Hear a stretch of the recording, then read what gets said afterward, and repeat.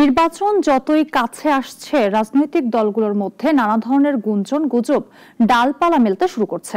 কখনো নিজ দলে বিভাজন, কখনো বা অন্য দলকে কোণঠাসা করার রাজনীতি স্পষ্ট হয়ে উঠছে। এবার সেই গুঞ্জনে মাত্রা জুগিয়েছেন এনসিপির মুখ্য সমন্বয়ক নাসির উদ্দিন পাটোয়ারি। অনেকে বলছেন মুখ্য সমন্বয়কের পদ থেকে পদত্যাগ করেছেন তিনি, তবে দল বলছেন এসব গুঞ্জন সত্য নয়। আগামী ৩ মাস পরে দামামা বাজবে বহুল কাঙ্ক্ষিত ত্রয়োদশ জাতীয় সংসদ নির্বাচনের। প্রতিটি জাতীয় নির্বাচনের আগে অন্ত এবং আন্তঃকোন্দল প্রকাশ্যে আসে দলগুলোর। কেউ দল পরিবর্তন করেন, আবার কেউ নির্বাচনে জিততে করেন নির্বাচনী জোট।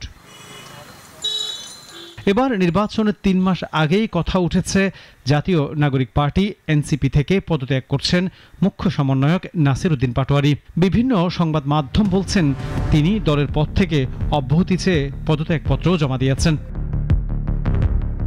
সংবাদ মাধ্যমগুলো বলছেন ২ সপ্তাহ আগে দলের আহ্বায়ক ও সদস্য সচিব বরাবর এই পদত্যাগপত্র জমা দেন তিনি। তবে এখনও তার পদত্যাগপত্র আনুষ্ঠানিকভাবে গ্রহণ করেনি দলের হাইকমান্ড। পদ সংক্রান্ত জটিলতা থেকেই পদত্যাগপত্র দিয়েছেন পাটোয়ারি।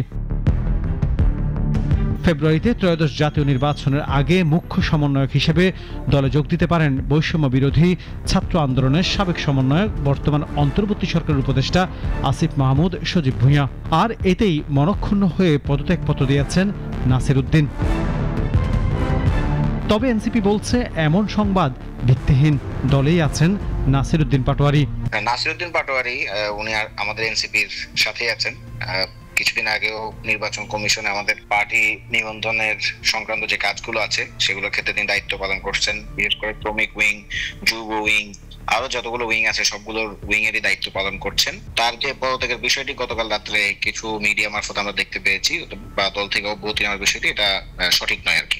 রাজনৈতিক ফায়দা নেওয়ার জন্য কোনো পক্ষ এমন গুজব ছড়িয়েছে বলেও জানান এনসিপি। স্পষ্ট করেন দলের মধ্যে কোনো বিভাজন নেই। আনোয়ার হোসেন, নাগরিক, ঢাকা।